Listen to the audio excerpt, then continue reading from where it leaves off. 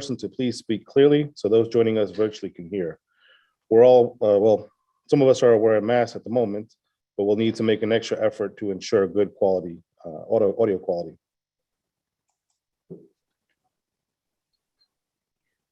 We'll just wait a little bit till we get the screen. All right, there we go.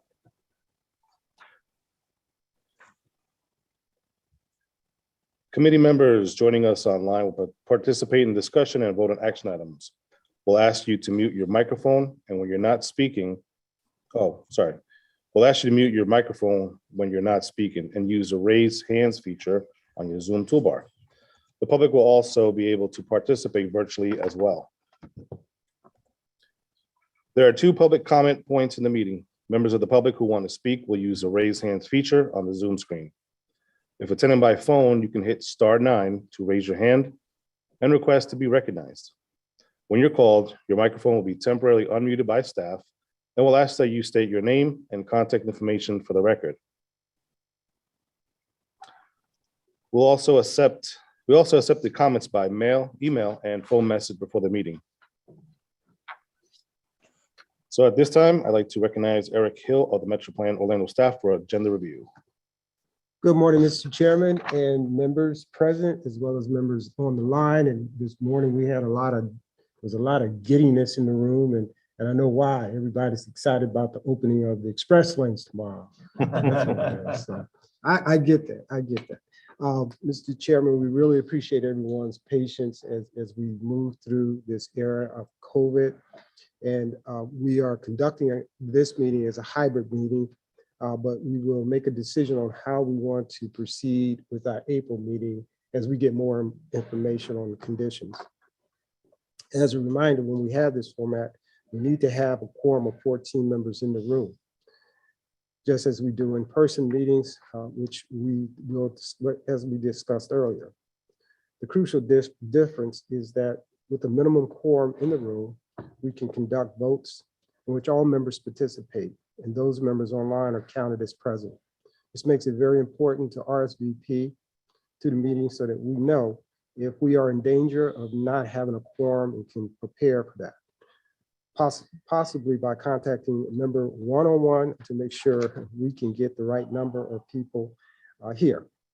There will be a Zoom option available for the public, and we encourage members of the public to remain virtual as they observe the meeting and make public comments. When we have an in-person meeting, we are observing current CDC guidelines and ask all members to be considerate of each other. And please let us know if you have any concerns. Mr. Chairman, I do have a few announcements or notes to the committee members. Committee members that are here today, you were graced with the ITS Florida 2022 calendar. That's a gift from the association. Members online, you will have to come into the office to get your calendar. It's the only way you're going to get it.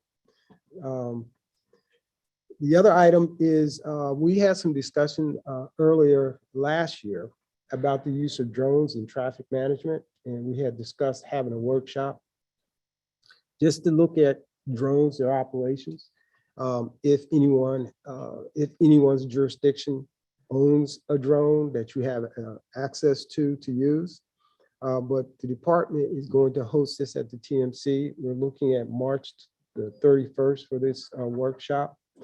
And before that, we're going to send out a questionnaire so that we have some understanding of your access to drones, your familiarity with drones, and if you are considering using drones for traffic management. So look forward to that.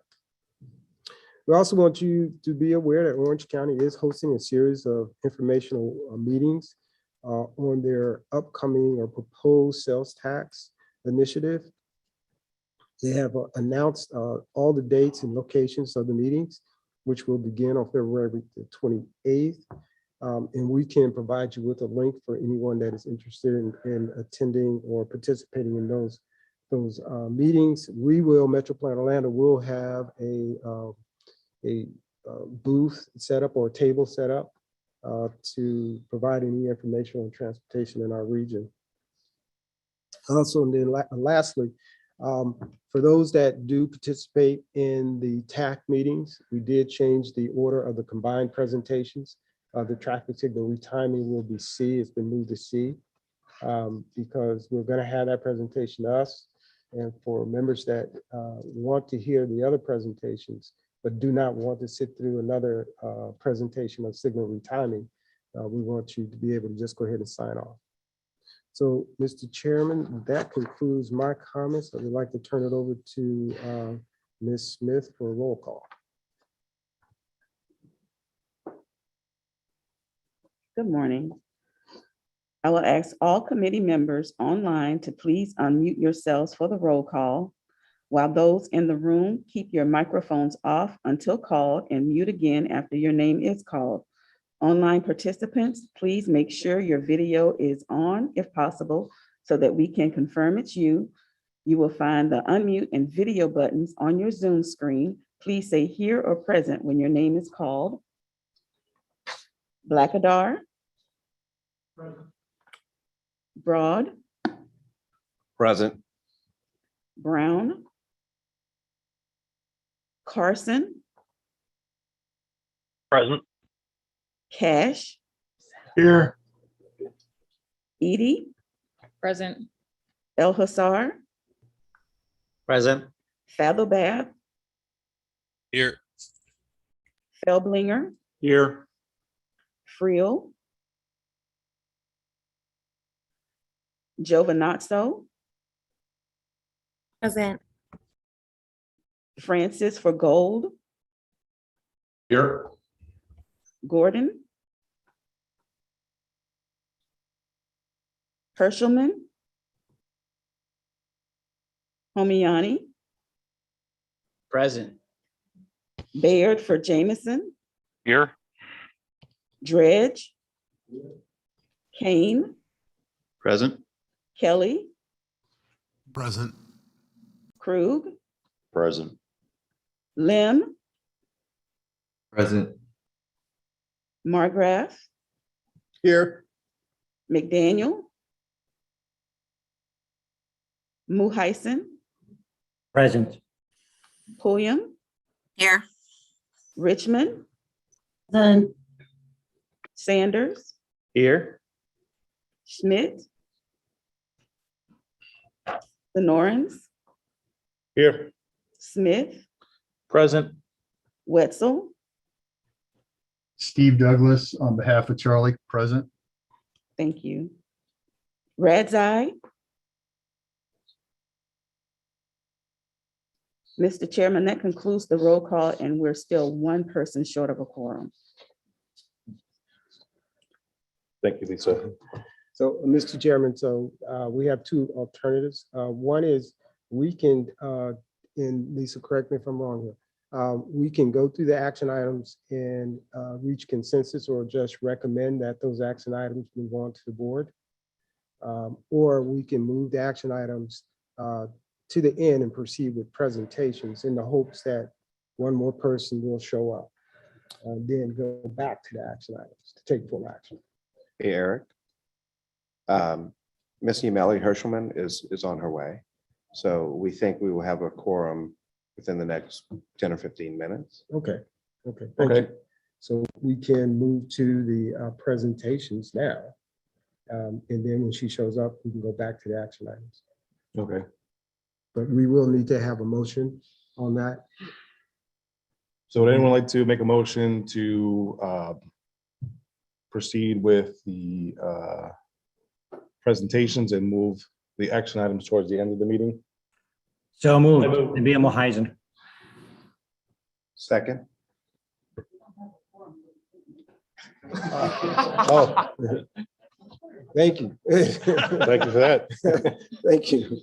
So we'll just go ahead and move to the presentation items. All right. Okay. Thank you. All right.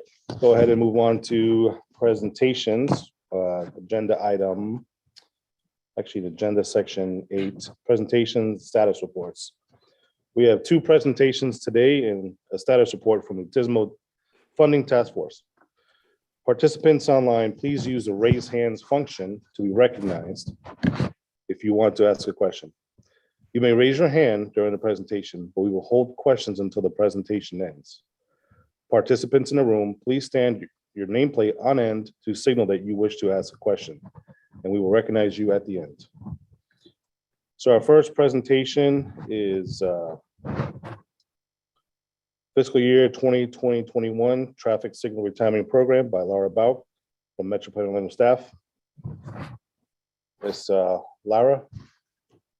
Thank you, Chair. Good morning, TSMO members. My name is Laura Bauk. I'm a senior transportation engineer here at Metro Plan Orlando.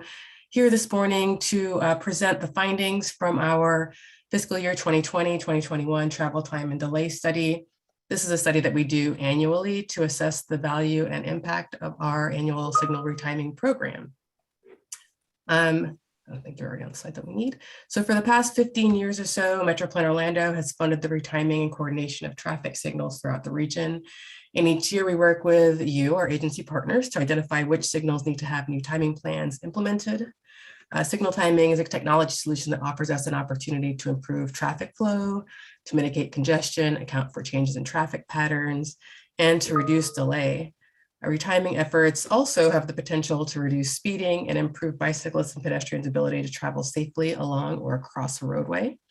And signal timing also can provide our maintaining agencies with opportunities to periodically examine intersection operations and to identify related maintenance issues, particularly with signal control equipment.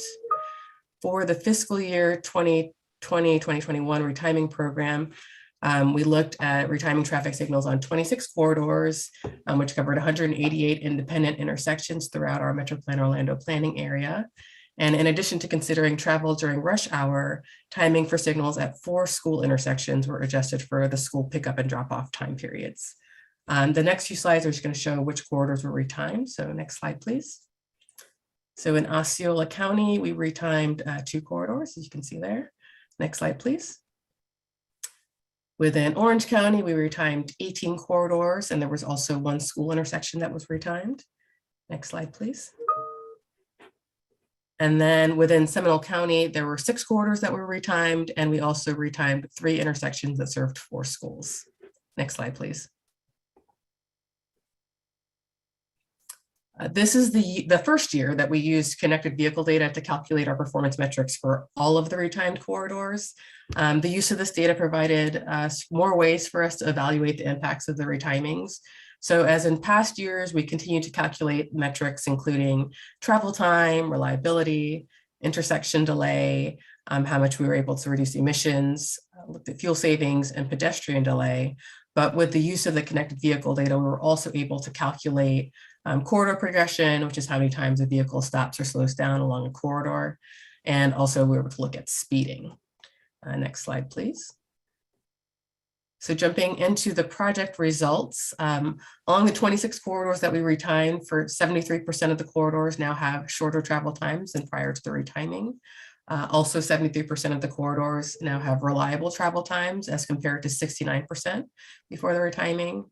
We're able to reduce vehicle emissions by a little under 1,200 tons of CO2 per year, had fuel savings of about 122,000 gallons per year. And at the 188 intersections that were retimed, 52% of those had less intersection delay during the peak period, thanks to the retiming. Next slide, please. As I mentioned, there were some additional metrics that we're now able to monitor. And so we were able to see that 31% of the corridors now have fewer motorists exceeding the speed limit following the retiming. At 24% of the intersections had less pedestrian delay during the peak period. And on 73% of the corridors, motorists are stopping fewer times. As noted on the slide, the retiming projects did not focus on these outcomes. These were not the goals for the retimings for this particular fiscal year, but the connected vehicle data does now allow us to monitor these outcomes. Next slide, please. So this slide just has some summary statistics for the overall fiscal year 2020-2021 retiming program. These are also reflected in the infographic that you've received within your packet. This year's program resulted in an annual time savings of approximately 140,000 vehicle hours, which resulted in a 3-year benefit of more than $7.8 million, and gave us an overall benefit cost ratio of about 7.9.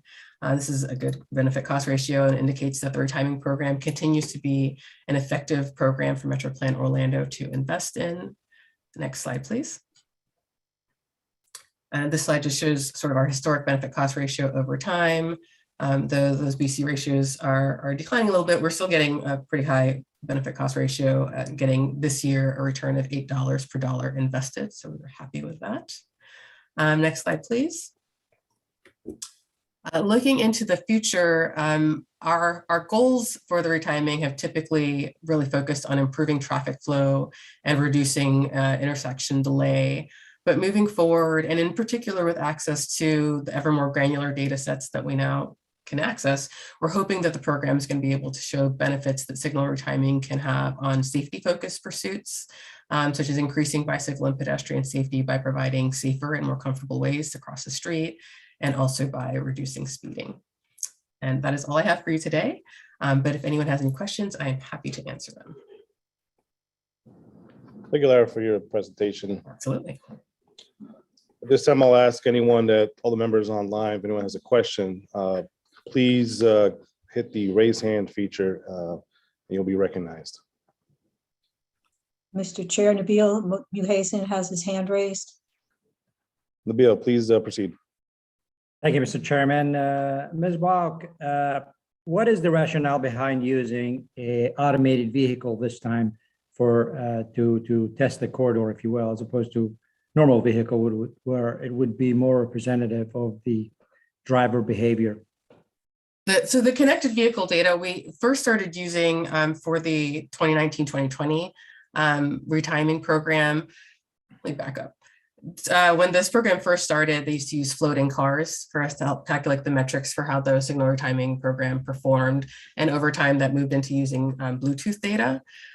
With the 2019-2020 retiming program, there were some issues getting the Bluetooth data collected in a timely manner just because we had some delays thanks to the pandemic.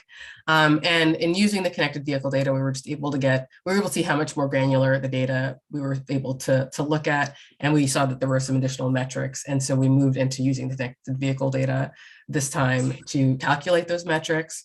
As part of the fiscal year 2021-2022 program, which they're just now starting to calculate some of those metrics, we are doing some comparisons with HERE data and ATSPM data to see how it compares. But for that 2019-2020, the first time that we used the connected vehicle data, we did do some checks against the Bluetooth data and it was comparable. And so that was why we ended up using it. There's also some cost savings in using this data versus having to go out and put out the Bluetooth readers. So. Great, thank you. That makes sense. Absolutely. Are there any questions from our online members? There's no additional hands raised. Thank you. Anyone in the room have any questions? Mr. Chairman, I have a question for Lara regarding the details on these statistics. Can you send us a breakdown by corridor? Oh, absolutely. Yeah, I can provide you the report, the full report. I'll Okay, ask her thank to you. send that out. Yes, absolutely. Brett, you may proceed. Thank you, Laura, for your presentation. I'm just curious if you could say a little more about the future speeding connection. I hadn't heard that before, that there's a connection between the signal timing and reduction in speeds. So maybe you can shed a little more light on that. Well, now that we have, with this new data source, we're able to see how fast the cars are moving. You know, we've done a speeding analysis for you with the WeJo data. And it'll really depend on what the goals are relayed to us from the maintaining agencies. When the requests come in from the maintaining agencies for the corridors that they would like to have retimed, we rely on them to let us know what their goals are for the retiming. And so, like I mentioned before, to date, it's been primarily sort of travel time along the corridor and reducing delay. But in the event that the request is to try and reduce speeding, then the retiming consultants would be able to focus more on that as they're implementing the new timing plans. So the option is there, but we do these retimings sort of at the behest of our maintaining agencies, and we want to meet their goals. So it'll really depend on what the goals are for each agency. Thank you, Laura. Absolutely welcome.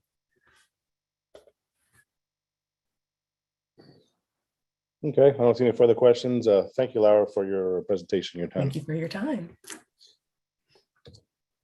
This time, before we proceed with the further presentations, we do have a quorum. So what we'll do is we will move back to section 5 in your agenda for public comments on action items.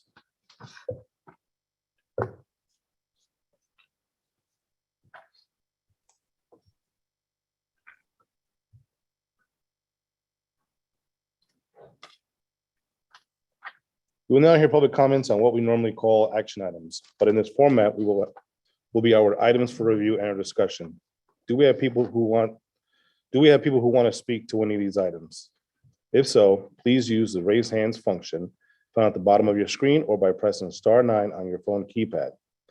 When we call your name, the host will unmute your microphone.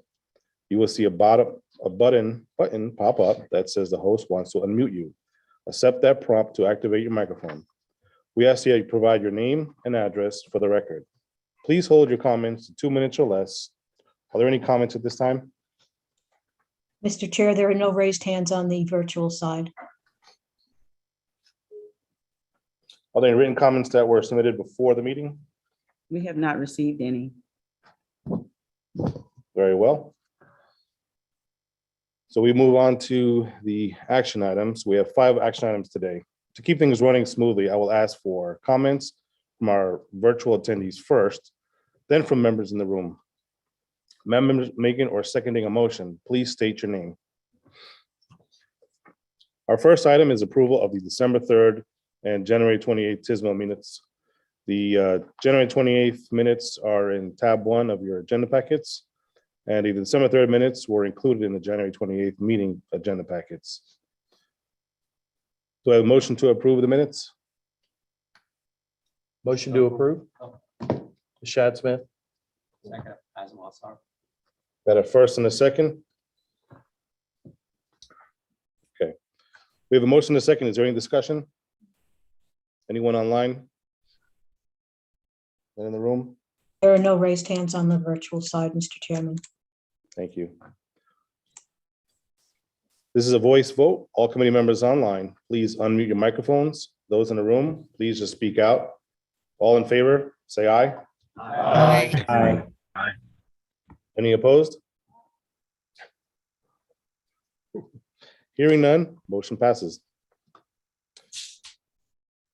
Our next item is ratification of the board action item that occurred on February 9, 2022, on the approval of support for transportation performance measures and targets. We did discuss this item at our last meeting, and the board has already taken action. So this is acknowledgement of that action. Do I have a motion to ratify this action? So Don't moved. forget to Nabil raise your Mohaizen. hand. Can you say again? Sorry. So moved, Nabil Mohaizen. Bill, you got a motion? Second. Second, Brian Humayuni. Second from Brian. We have a motion, a second. Is there any discussion? No one online, anyone in the room? This is a voice vote. All committee members online, please unmute your microphones. Those in the room, please just speak out. All in favor, say aye. Aye. Any opposed? Hearing none, motion passes. All right, our next item is an amendment to the 2045 MTP. This is found in tab 3 in your agendas. Mr. Alex Trager from Metro Plan Orlando will present the information. Please hold your questions on this item until the presentation is finished. Please go ahead, Mr. Trager.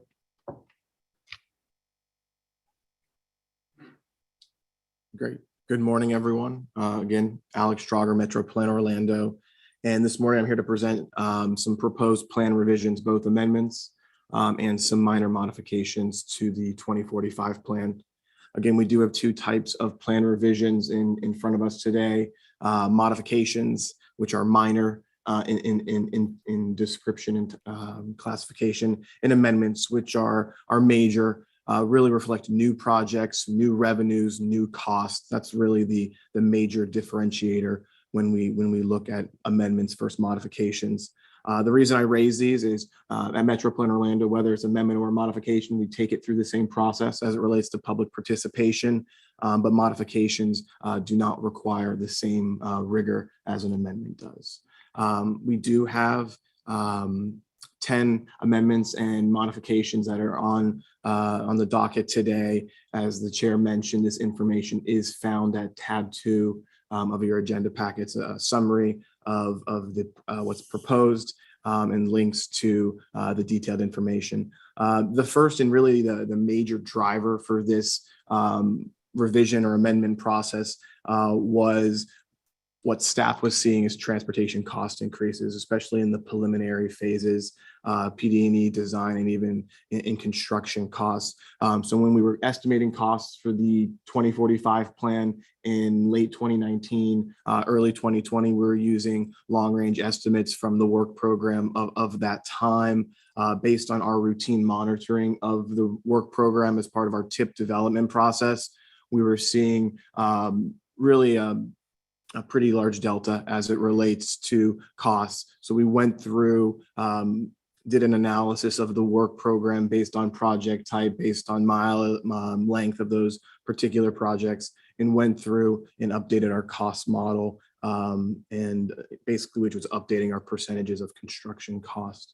So with that one, because of us increasing costs and revenues staying static, there were cost feasible impacts, mostly projects moving from plan periods 1 and 2 to plan period 3, with only a few projects becoming not cost feasible any longer by 2045.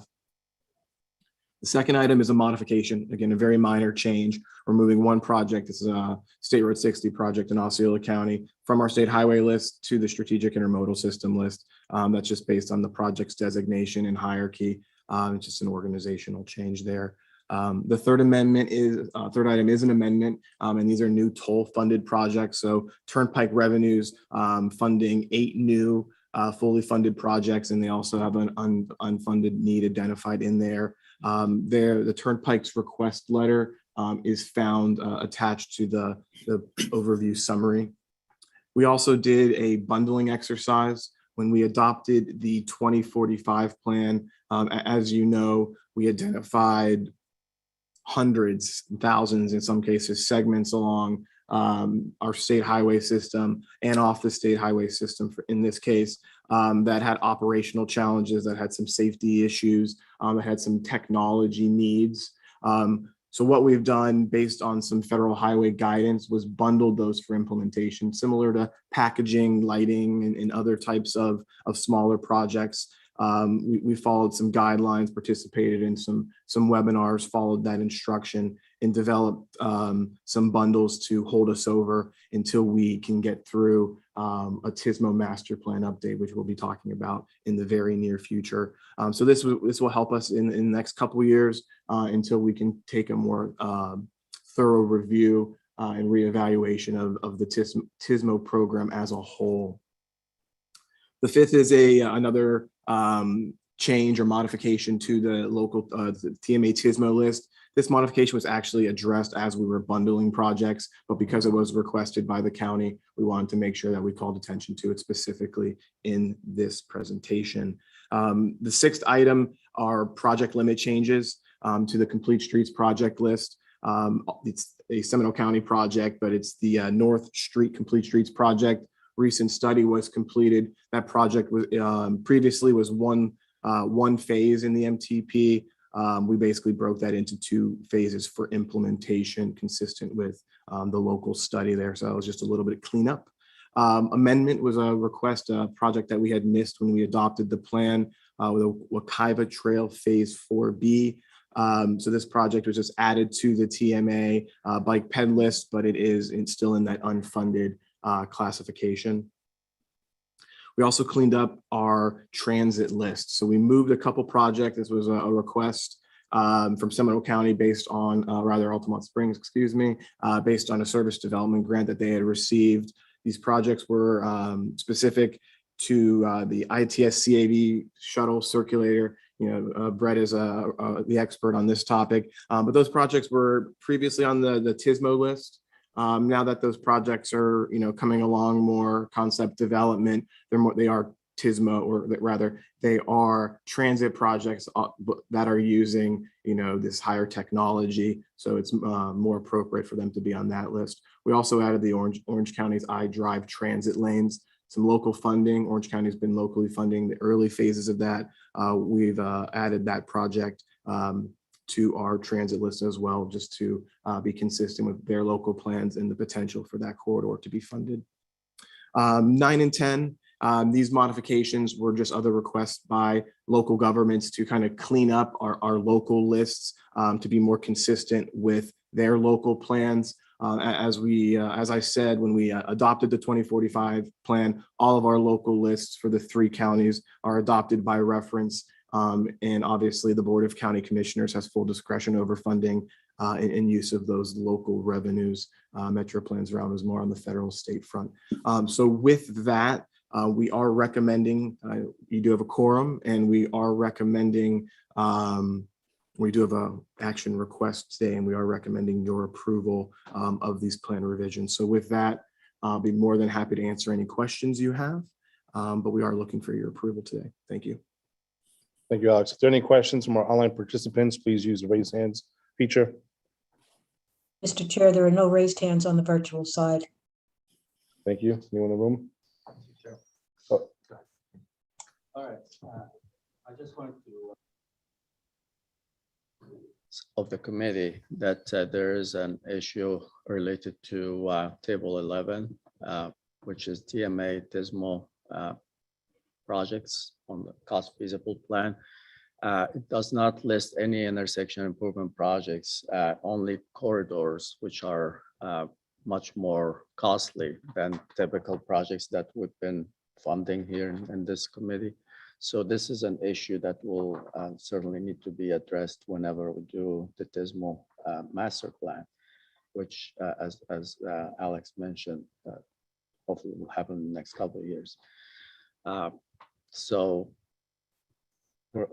those corridor projects will most likely need to be broken down into intersections so they can be more cost effective and be funded by this committee. Thank you, Alex. thank you for that. Any other questions? Chad? I figured it out. I'm good. Yeah, the one question, Mr. Chairman. Go Alex, ahead, Brian. just out of curiosity, the first item you were talking about, the percentage or the increases in the cost, what were the general percentage increase, like the range of increase that you were experiencing in this? About 24% cost increase, 550 when you look at specific project types, specific phases. But overall, about 24%. Primarily, we're seeing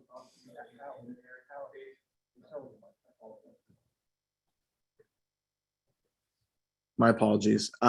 So just to repeat that for the record, 24%, ranging between 5 and 50, or 10 rather, and 50% overall. A lot of that range based on specific project types.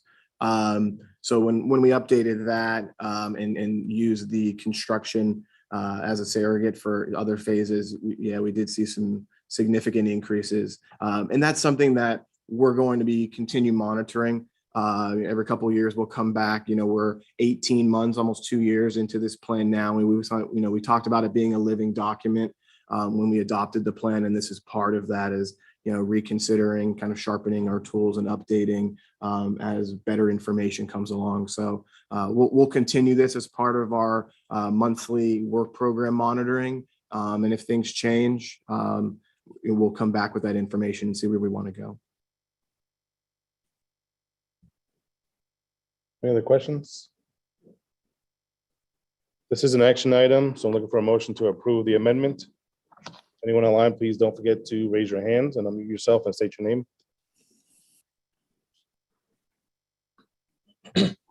Move to approve the amendments and modifications. Second, Brett Blackadar. We have a motion from Shad and a second from Mr. Blackadar. Is there any discussion?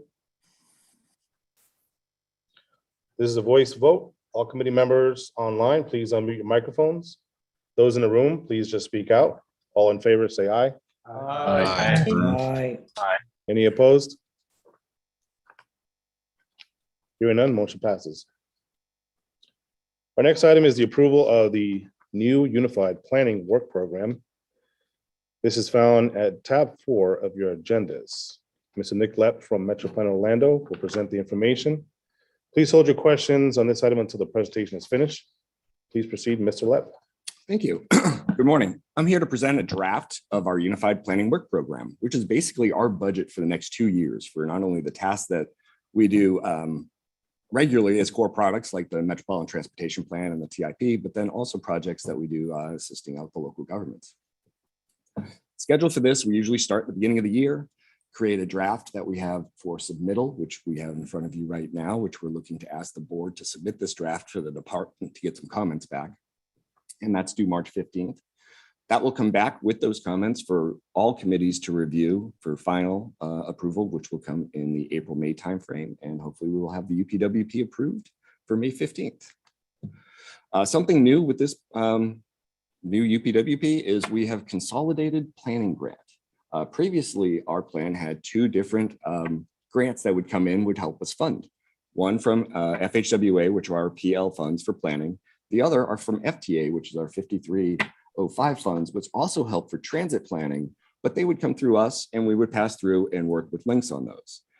Would create 2 different separate grants, 2 different sets of invoicing processes. I know you guys have gone through LAP to understand some of this. So it just makes it easier with this whole accounting within our budget to make sure that we are accounting for it all properly. And the best part is it all goes under the PL program. So we have one set of guidelines as we're looking to develop this budget and also implement the plan over these next 2 years. And here's just a little example. It's really just a 1-to-1. Instead of having 250 from FHWA and another 150,000 from FTA, that's all combined. And it all goes into one pot now, and we just get to spend that down and invoice against that 400,000. Here's a little estimate of the revenues that we're expecting over the next 2 years. A little less than what we have currently, but we had a lot of funds that started rolling over into the second year due to COVID and items that we just quite couldn't complete, but still consistent with the amount of funding that we've had over the past couple of years. So we're still looking to do a lot of projects in this time frame. We've been working on trying to streamline this budget. We went a couple of years ago from 8 sections and 26 different tasks to starting to combine them all and look at these outside of those silos as we've been talking about breaking those down. And to now we have 2 sections with 10 tasks. And within those are our normal MPO organization plans and administration. We have our core products of the MTP and the TIP. We also have in there, which is unique for us, is our separate transportation systems management and operation task, which supports that regional activity that Eric is doing. And then also our special studies. So our special studies are those off projects that we help with not only the local government partners, but also will help support some of those core products of the MTP in the development. Alex was mentioning the TSMO Modal Master Plan update. That's something we're looking to start very soon, which will help inform the next 2050 plan. Believe it or not, this UPWP has to have the 2050 plan in there because we will be starting it within the next 2 years. So these modal master plans will help feed into that. And we won't be going through such a big needs chunk, hopefully, for that plan update. Also in there are some safety studies that we've been working on and starting to kick off. Starting off with Kissimmee and Sanford, we'll be getting that one out going soon. Assisting Apopka with their transportation element. We have some electric vehicle charging that we're going to look to start doing within this budget. We also have some public involvement activities that we have to do as part of the schedule, and then continuing to support some of that big data and connected vehicle. So this is our plan. Again, this is a draft as our wish list. We'll see how that all shakes out when we bring it back to you as for final and approval, and then we'll let you know what kind of projects we're really planning on in the next 2 years. And then that last section is that UPWP links planning activity, where we'll dedicate some of those PL funds now, since it's a consolidated planning grant, over for links so they can continue, and we will continue to work with them as partners as we do links planning and transit planning activities. So with that, I'm just asking for your support for the boards, for them to transmit this as a draft for review for FDOT for our next 2-year budget. With that, I'd be happy to answer any questions. Thank you, Nick. Do we have any questions on online participants? There are no hands raised on the virtual side, Mr. Chairman. Thank you. Anyone in the room have any questions? So this is an action item. Do I have a motion to approve the UPWP? Motion to approve. Second. Who was the second? Kane. I have a motion and a second. Don't forget to raise your hands, unmute yourself and state your name. I'm sorry. Are there any discussions from our online participants in the room? There are no hands raised on the virtual side, Mr. Chairman. This is a voice vote. All committee members online, please unmute your microphones. Those in the room, please just speak out. All in favor, say aye. Aye. Any opposed? Hearing none, motion passes. Thank you. Thank you, Nick. All right, our last action item is the acknowledgement of FDOT's report on the annual certification review of Metro Plan Orlando. This is found in tab 4 of your agendas. Mr. Tyler Burgett of FDOT will present the presentation. Please hold your questions to this item until the presentation is finished. Please proceed, Mr. Burgett. Good morning. Thank you. Good morning, Chair and committee members. I'm Tyler Burgett with the Florida Department of Transportation. In accordance with the MPO Program Management Handbook, FDOT District 5 has completed the 2021 joint certification for Metro Plan Orlando. You'll find a few more details in your packet under tab 4. An important part of this process includes a review of the MPO's past year of invoicing, and the district has noted that Metro Plan has maintained great financial practices, and therefore the MPO has been classified as low risk.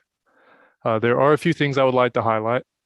First, we would like to thank Metro Plan Orlando staff for their partnership and collaboration. This past year has definitely been a joint effort to overcome many obstacles. And through enhanced communication, we have been able to strengthen our partnership and overcome the obstacles. FDOT has also been able to sharpen some of our internal practices in an effort to better serve Metro Plan Orlando and its board members. And as we continue to look ahead to 2022, we understand there's more work to be done, and FDOT is committed to continuing to enhance and tweak our processes. Keeping open lines of communication will continue to be key to ensuring success of us both, and we continue to ask the MPO to be flexible as we navigate future funding challenges. So we are thankful for a smooth certification process this year. Thank you. And we look forward to another great year as partners with Metro Plan Orlando. Thank you for your time, and I'd be happy to answer any questions. Thank you, Tyler. Do we have any questions from any of the online participants? There are no hands raised on the virtual side, Mr. Chairman. Thank you. Do we have any questions, members in the room? Great job, Metro Plan Orlando. It's the first time I've seen where a score of 0 is the best score. So wonderful. So good job. Thank you. Any further questions? So looking for a motion to acknowledge the report. Please don't forget to raise your hands, unmute yourself, and state your name from the online members. We have a motion? This is Shad Smith, move to acknowledge the annual report results and forwarding it as DOT is required. Second, Brett Blockader. Thank you. We have a motion and a second. Is there any discussion? Hearing none, this is a voice vote. All committee members online, please unmute your microphones. Those in the room, please just speak out. All in favor, say aye. Aye. Are there any opposed? Hearing none, the motion passes. We'll move on with presentations. We did have the first presentation already, since at the time we did not have a quorum. So we'll move to the second presentation that we have. And that is a presentation on emerging technologies at the Central Florida Expressway by Brian Humani from CFX.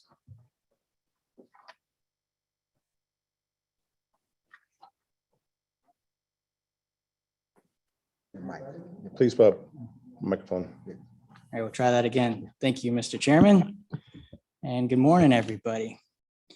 Again, my name is Brian Homiune. I work with the Central Florida Expressway Authority.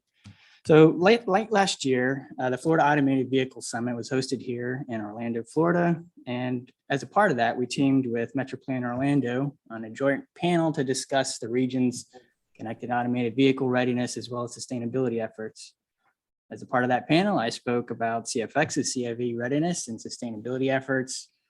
And Eric was also part of that panel, and he asked that I share this presentation with you all, who, for those of you who weren't able to join us at the summit this last year. So we start with the quote by the former US Secretary of Transportation. The reality about transportation is that it's future oriented. If we're planning for what we have, we are behind the curve. This quote really sets a great baseline for the way we need to think about and approach transportation planning. To that end, the organizational structure, policy, core mission, and vision all serve to provide CFX to be a regionally inclusive and future-ready transportation network. Being an agency governed by locally elected officials keeps CFX accountable to the regional needs of today and tomorrow. We value our numerous regional partnerships and continue to look for ways to stay engaged within the region while keeping our focus on future planning. Our internal planning includes updating our 5-year work plan every year, master planning every 5 years, maintaining a strategic plan every 3 years, as well as maintaining other internal master plans, including the Intelligent Transportation Master Plan and our Sustainability Plan. Our connected and automated vehicle readiness at CFX begins with our core infrastructure, namely our roadways and the signing and striping that supports them. We do know that the advanced technologies leveraged in automated vehicles today and in the future will rely on many of the same features that drivers today count on to safely navigate our roads. To that end, CFX approaches establishing standards for signing, pavement markings, lighting, with the needs of the connected and automated vehicle in mind. As an example, we've continued the use of gore striping, a standard which the Federal Highway Administration has recognized as important to the connected and automated vehicle, and one which will be included in the next update of the manual and uniform traffic control devices. Additionally, CFX uses contrast striping, which has been shown to be more readily identified by the connected and automated vehicle. The signing and lighting standards also take into consideration anticipated needs and can be leveraged by CAV cameras. By maintaining a forward-looking perspective, ultimately we're establishing standards and practices today that help to support the world of tomorrow.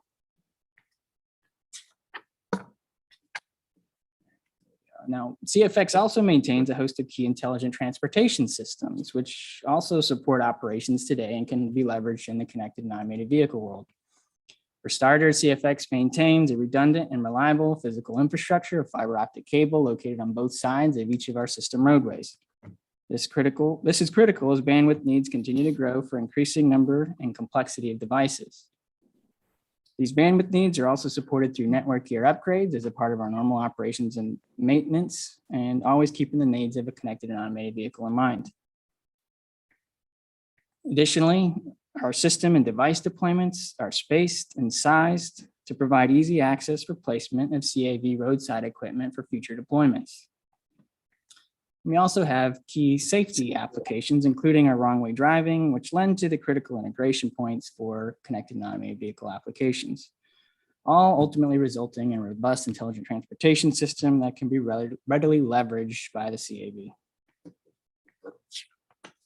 So looking forward, our board has just adopted our 2022 Intelligent Transportation Systems Master Plan.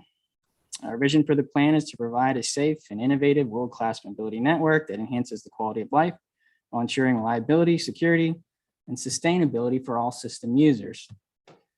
Connected and automated vehicles stands to play a huge role in meeting this vision and really has the ability to play a major contributing factor in each of the 5 goals outlined. Some key items identified in our plan include advancements to the approach to event management to help our system more effectively manage large events, the deployment of smart work zones to help improve the safety in our construction work zones, as well as improvements to our networks to support ever-increasing demands and security needs. Our ITS Master Plan highlights several short-term and long-term initiatives which outline our CAV strategy. We plan to engage in continued CAV and data needs assessments to help maintain a pulse on the state of the industry and quantify anticipated needs in data governance and retention. Now, as technologies develop and applications become available, we also plan to continue our efforts in deploying short-term pilot projects to evaluate performance, as well as provide meaningful test beds for research and development in the industry. Some examples of this would be connected vehicle applications for wrong-way driving, video analytics, and artificial intelligence applications for traffic operations. Now, through our guiding principle of regional coordination, CFX plans to remain actively engaged in the region, continuing to leverage and share experiences with District 5 as well as our Metro Plan partners. As we progress, more substantial investments in cybersecurity, big data, and artificial intelligence are highlighted in later years of the master plan and provide the foundation and tools needed to navigate a world of connected and automated vehicles. Ultimately, our approach relies on a philosophy that looks to keep CFX agnostic to the spectrum and technologies that are ultimately embraced by the OEMs and industry at large. Now, moving on to sustainability, our sustainability efforts could be said to have started under the leadership and initiative of our current commissioner and board member, current chairman and Commissioner Sean Parks, who helped to connect CFX with the project team from the Ray. For those of you who don't know, the Ray is an 18-mile section of I-85 located in West Georgia, named after sustainability pioneer Ray Anderson. The facility serves as a state-of-the-art proving ground for emerging technologies and innovative practices with the core central focus on sustainability. In April of 2018, members of CFX were provided a tour by the Ray's founder, Harriet Anderson, and executive director, Ali Kelly. This visit to the Ray really sparked the momentum that resulted in the creation of the CFX Sustainability Report. Well, the CFX Sustainability Report was adopted by our board in April of 2019 and includes a number of key recommendations that are now coming to life on our system. More importantly, the plan solidifies the agency's commitment to sustainability in the region through collaboration and innovation. Findings from the report included recommendations in 3 key areas: the deployment of solar or photovoltaic applications, improvement of building energy efficiencies, and the readiness for the eventual electrification of the vehicle fleet. Now, the photovoltaics or solar applications that are being evaluated and deployed on our system vary in both size and type. This includes ground mount, elevated ground mount, and floating, which is the application shown here. We currently have 2 projects underway, with the 3rd currently being advertised. These efforts, both large and small in scale, are being planned and deployed to reduce our carbon footprint, bolster the overall power grid resiliency, and support our tolls and intelligent transportation systems infrastructure resiliency. At a higher level, these efforts signify the agency's growing experience with alternative power source options, helping the region prepare for the eventual electrification of the vehicle fleet. Now, additional steps towards supporting EV preparedness includes the adoption and deployment of EV chargers, starting at our headquarters building here in Orlando. These efforts are fully supported by our governing board of elected officials and will continue throughout the system, with the next locations identified at our service center in downtown Orlando. And we'll continue to look for opportunities to expand charging availability throughout the system using charging stations as a part of our tiered approach to readiness. We take these steps as an agency, knowing that the progress of EV readiness will be a challenge that needs to be met with both persistence and innovation. And to speak to the point of innovation, we have recently engaged with Aspire, an engineering research center led by Utah State University. The stated vision for Aspire is the widespread electrification of all vehicle classes, improved air quality, and public infrastructure that provides an inexpensive and seamless charging experience. So as a part of this partnership, we're planning to deploy a pilot project along a new corridor of roadway in Lake County, namely the Lake County Connector, otherwise known as State Road 516. The project does include dynamic in-lane charging on a roughly 3/4 mile stretch of the new roadway in the westbound direction. The logistics of the project do require a retrofit to existing electric vehicles in order to accept the dynamic charge at highway speeds. So we are working on partnerships with in order to help meet that need. So at this point in time, we are in the early stages of planning and design. Our roadway design plans are approximately at 60%. And right at this point, we would say construction estimated to be complete by the end of 2027 on the project. And with that, I conclude my presentation and open to any questions. Thank you, Brian. Any questions from our online participants? There are no hands raised on the virtual side, Mr. Chairman. Any questions from members in the room? No questions. Well, thank you, Brian. Good job, and glad to hear all the different technology that's being utilized and being tested. Thank you, Chairman. All right, our last item is a status report on TSMO Funding Task Force. Mr. Cade Broad is the chair of the TSMO Funding Task Force. Will provide us a status report.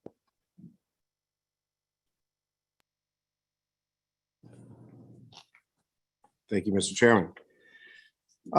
So we had an opportunity to meet as a task force to talk about a couple of the, one being a traditional funding cap that we have on TSMO projects that are funded from the TMA SU funds. And then also two upcoming funding opportunities, which will involve countywide and area-wide use of TMA SU funds, as well as demonstration project funds. So those are funding caps that will be in the future. And we talked about sort of like what are some of the phases that those projects will be eligible for. So the first part is the traditional cap that we've had for several years now of $4 million for a TSMO project. $4 million is inclusive of all phases of the project. So that could be the sum of the PD&E, the engineering, the construction, CEI phases of the project. So going from all of those phases, summing up to $4 million. Kind of looking at current pricing increases, like we talked about earlier, the task force's recommendation was to go from a $4 million cap for all phases of a project to a $5 million. That sort of represents roughly a 25% increase in funding for a single project, all phases of a single project. The second piece of this is coming up, I believe in 2026, there will be an opportunity for local agencies, counties to submit an application for projects that are countywide or citywide, area-wide type projects, ITS-focused projects that will include funding up to $1 million. What we decided in the task force is to limit that to certain phases of projects. So kind of what we've decided is for that funding eligibility, you'd be looking at planning phases, engineering phases, and construction phases. So we've kind of ruled out that, you know, those projects wouldn't really be looking to do like a large PD&E type study, given that they're really kind of an ITS focused type of project. And we will need in the coming years a subcommittee formed to evaluate the requests for those funds. So right now we are looking at organizing a group, probably a small group of 3 to 5 members of this committee to join together to review those types of project applications. Lastly, similar to the county-wide and area-wide, there will be some funding opportunities of a smaller nature of $250,000 for demonstration projects.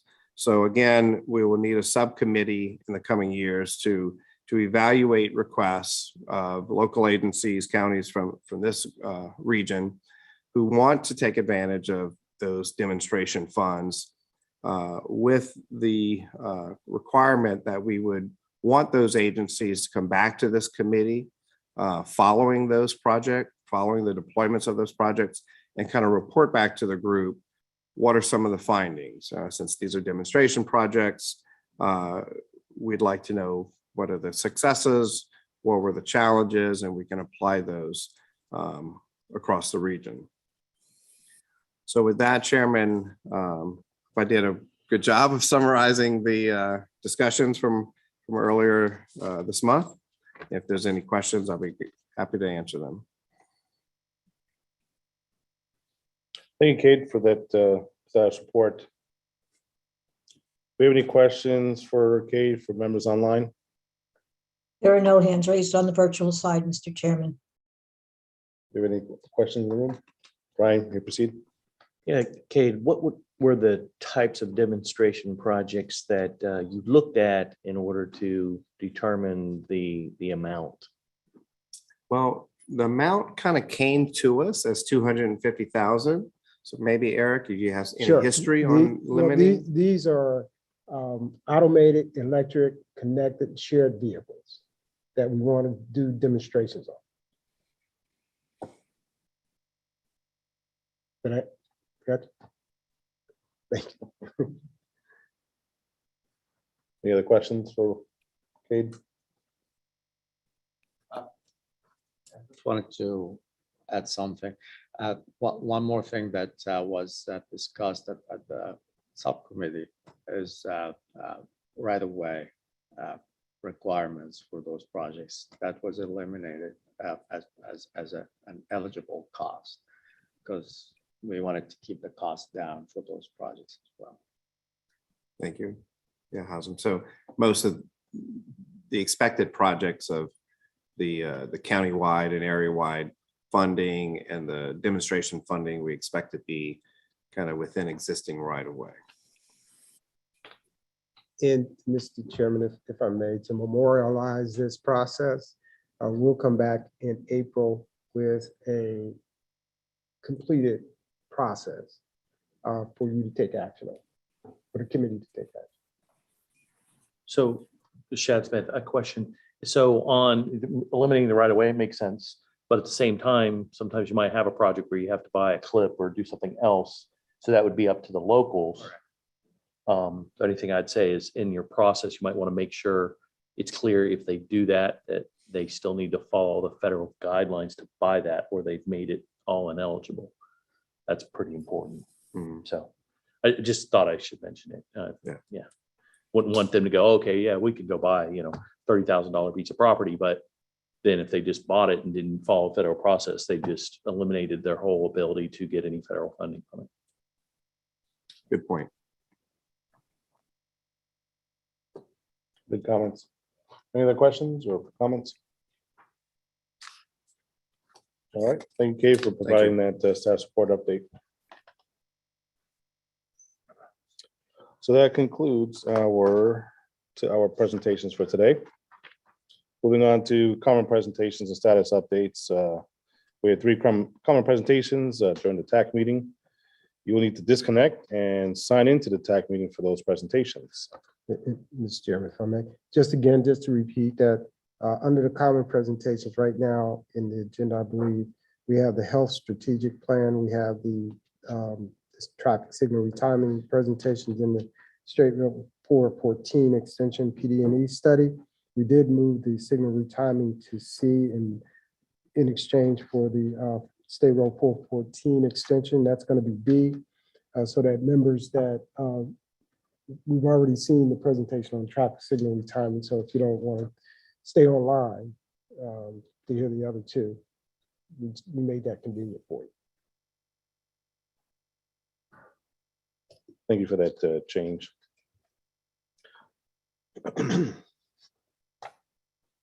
As I was mentioned, you will need to disconnect and sign into the TAC meeting for those presentations. If you're also a member of TAC, you can go through the link in the panelist invitation via email. If not, then please join the meeting through the public link at metroplanorlando.org/virtual meetings.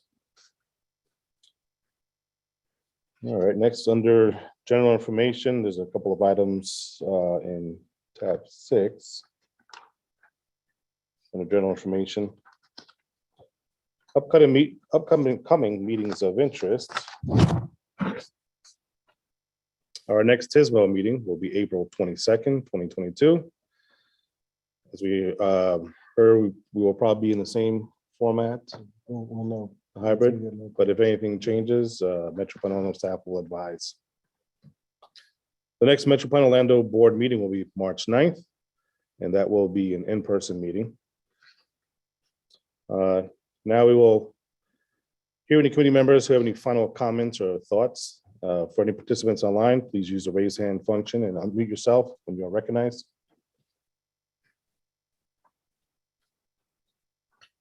There are no Any hands comments? raised online on the virtual side, Mr. Chairman. No hands raised, all right? Any comments from members in the meeting? Okay. So now we move to our second public comment section. Any members of the public who wish to comment, please use the raise hands function and you'll be recognized, or dial *9 on your phone keypad. We'll unmute your mic after you are recognized. Please state your name and address for the record, and please limit your comment to 2 minutes or less. Do we have anyone joining us virtually who would like to make a comment? There are no hands raised on the virtual side, Mr. Chairman. Do we have members of the public attending in person that wish to make a public comment? Were there any written comments that were submitted before the meeting? We have not received any. Okay. All right, well, moving to the last item.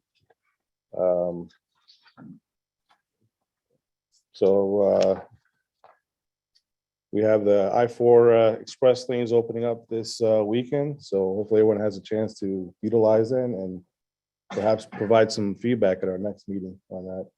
So at this time, if there's no other business, we stand adjourned. Thank you. Thank you.